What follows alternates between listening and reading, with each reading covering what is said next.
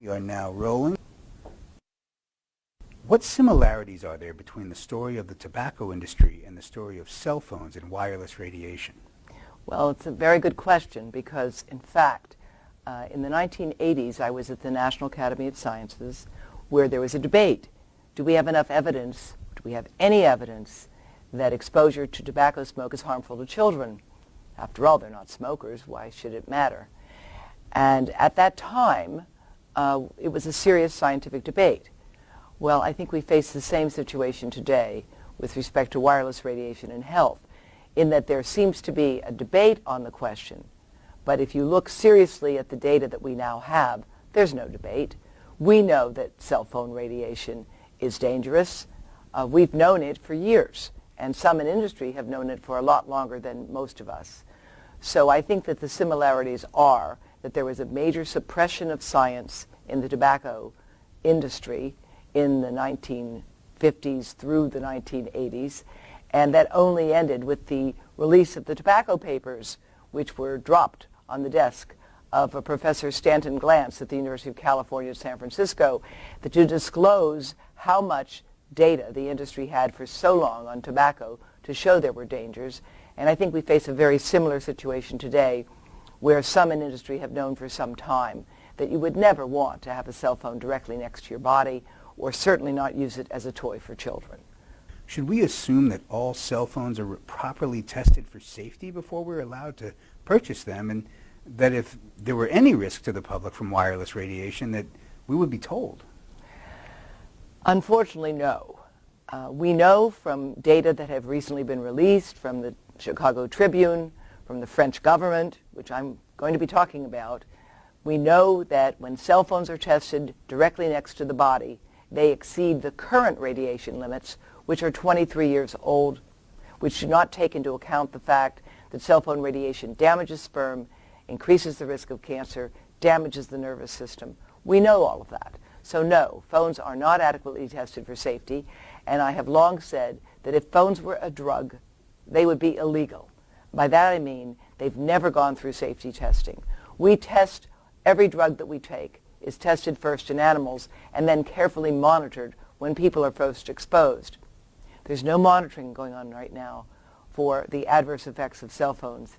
And I'm going to be dedicating my talk today to two women. One is Maria Auguste, who died at age 30, unable to find a safe place to live because of her sensitivity to radiation.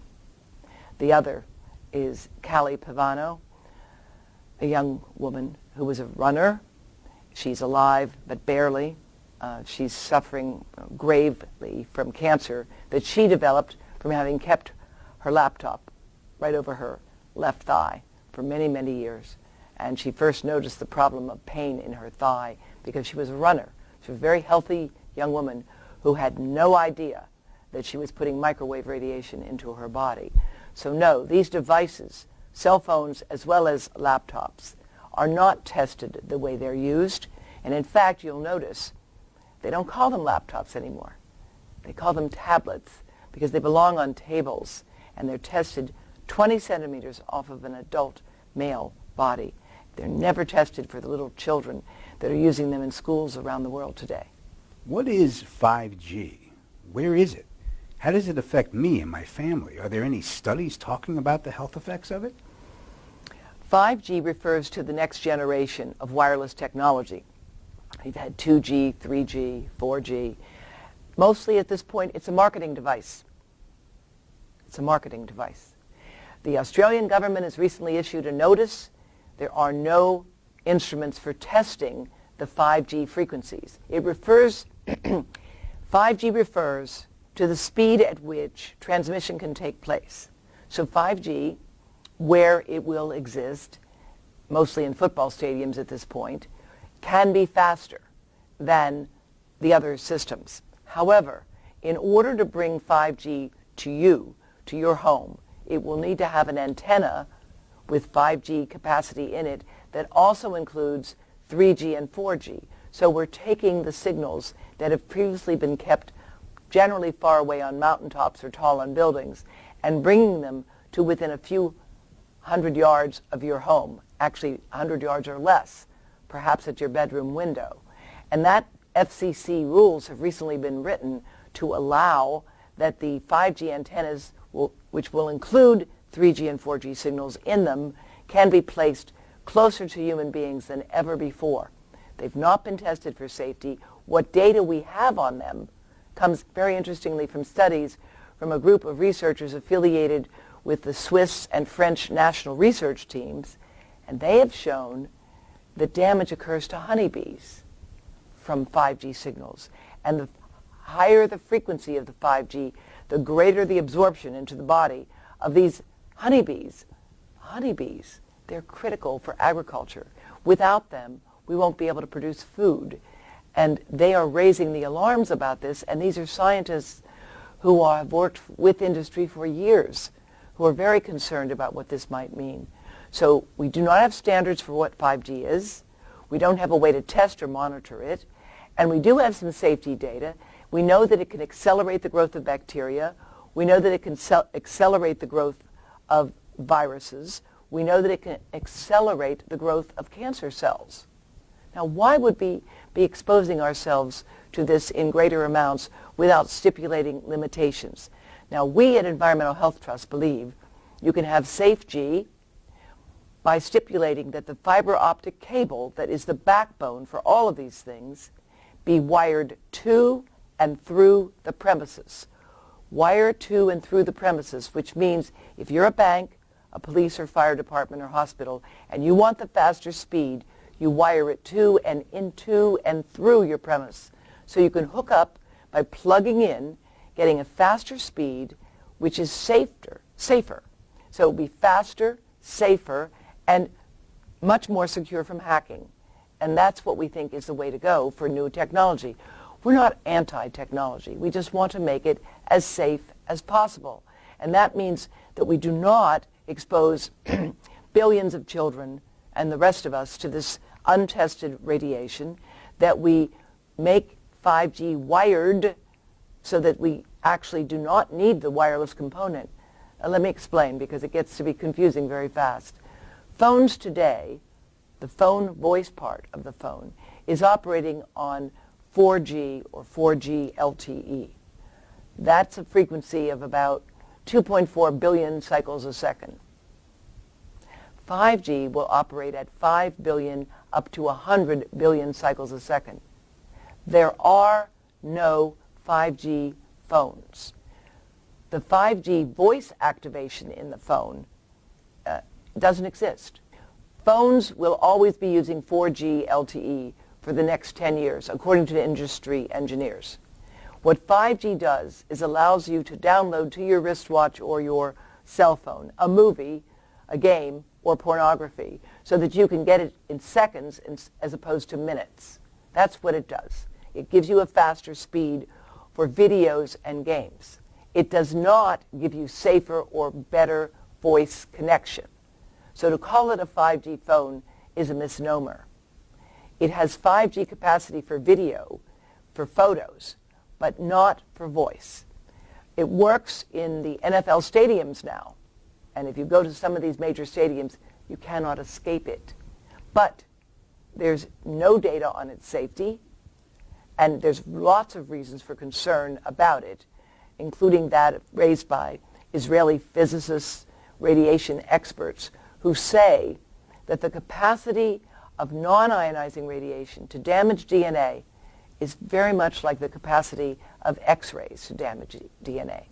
Ionizing and non-ionizing radiation are different, but they both can damage DNA. DNA is the basic building block of all living cells, whether plants or animals or us. And our DNA is at risk from exposure to 5G radiation. Why have over 200 scientists called for a moratorium on the rollout of 5G?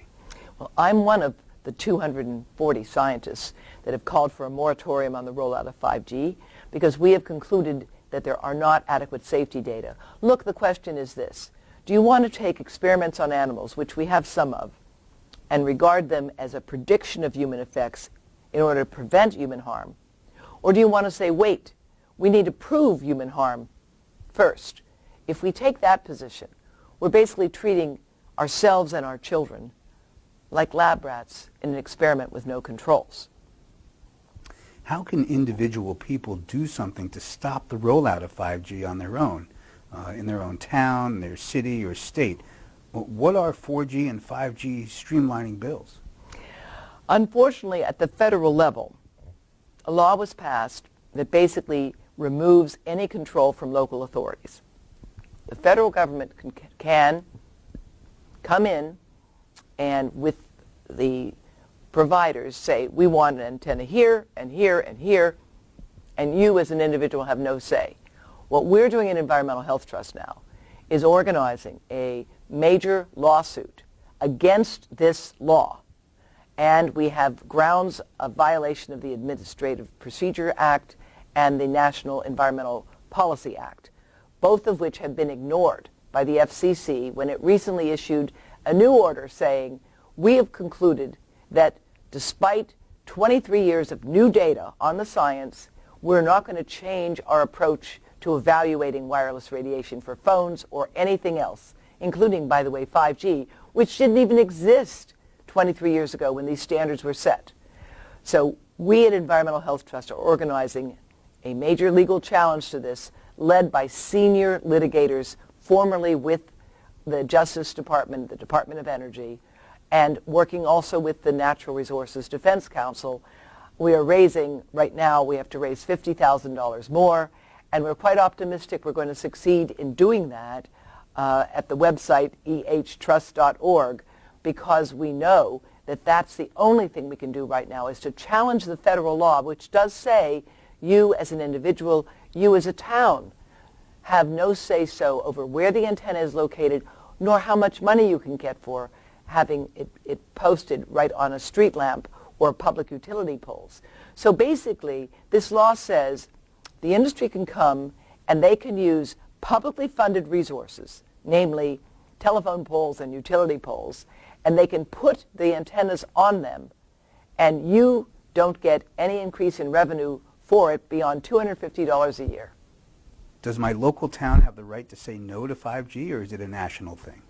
Your local town can and should join with 100 cities that are now in a lawsuit that's being reviewed at the Ninth Circuit on the West Coast that is saying we object to this heavy-handed federal government law that has just been passed. That's one thing your city can do.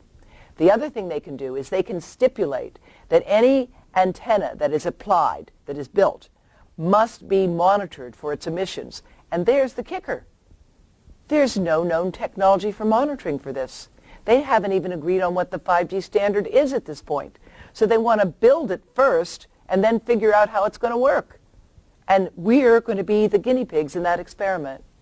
Your book, The Secret History of the War on Cancer, which is an incredible read about how leading scientists knew in the 1930s that radiation and chemicals and pesticides were harmful to our health, but because of money and industry power and things that happened in World War II, a lot that got buried, we're focusing on treatment rather than prevention. How would you compare this story to the story of cell phones and wireless radiation today? Unfortunately, there are some very important parallels between what happened in the 1930s with respect to pesticides, radiation, chemicals, and tobacco. And that is the following. In the 1930s, as an example, in Argentina, there was a very important institute for the study of tobacco in the 1930s. And it got completely forgotten in the run-up to World War II. Also, there was no internet back then. So it was very hard to find and share information. People had to go actually talk to one another. What an amazing idea. We don't do that anymore. There are many advantages of the electronification of communication. There are, no question about it.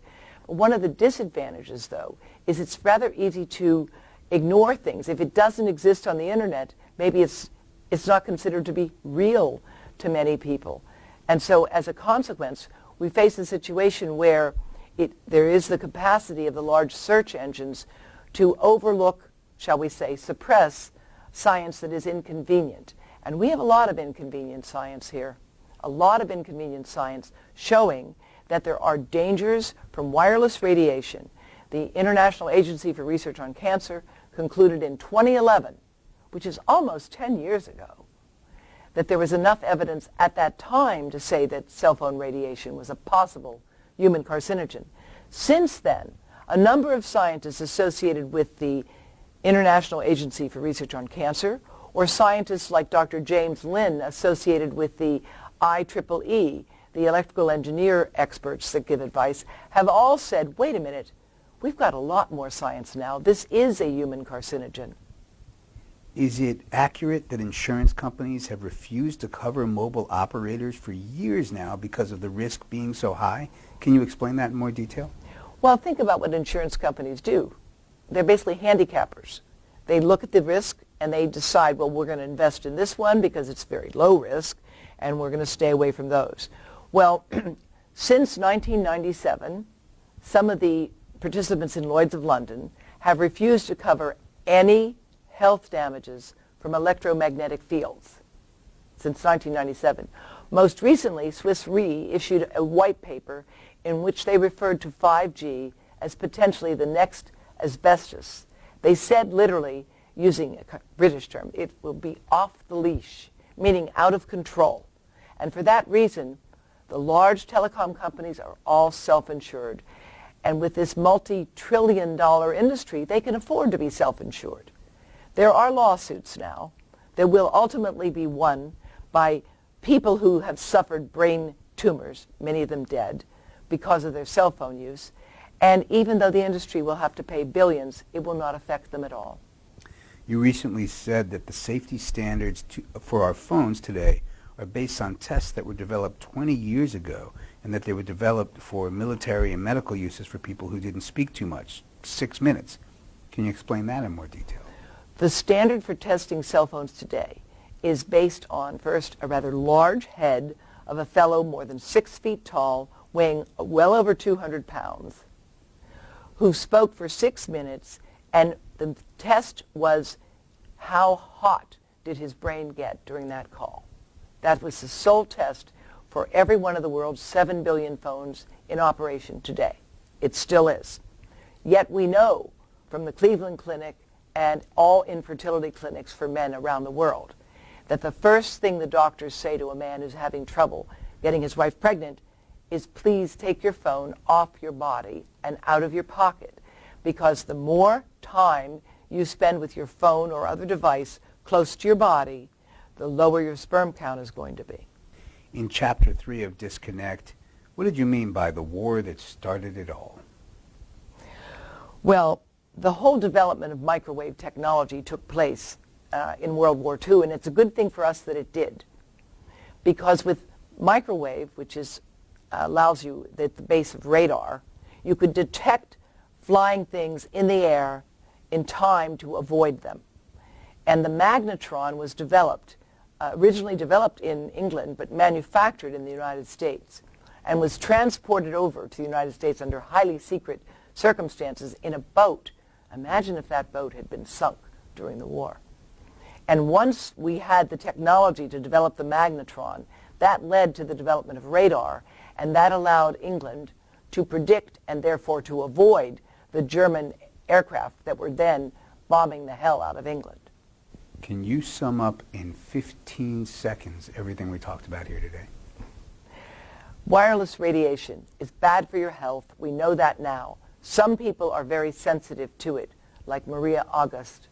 Other people suffer from cancer as a result of it, like Callie Pivano.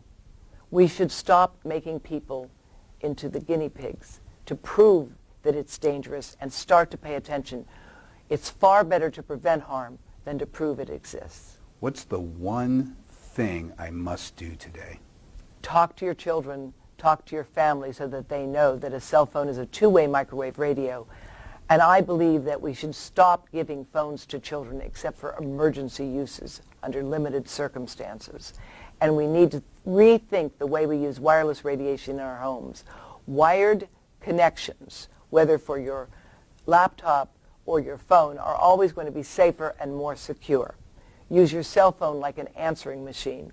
Know that when the signal is weak, the phone is going to work harder because it's smart.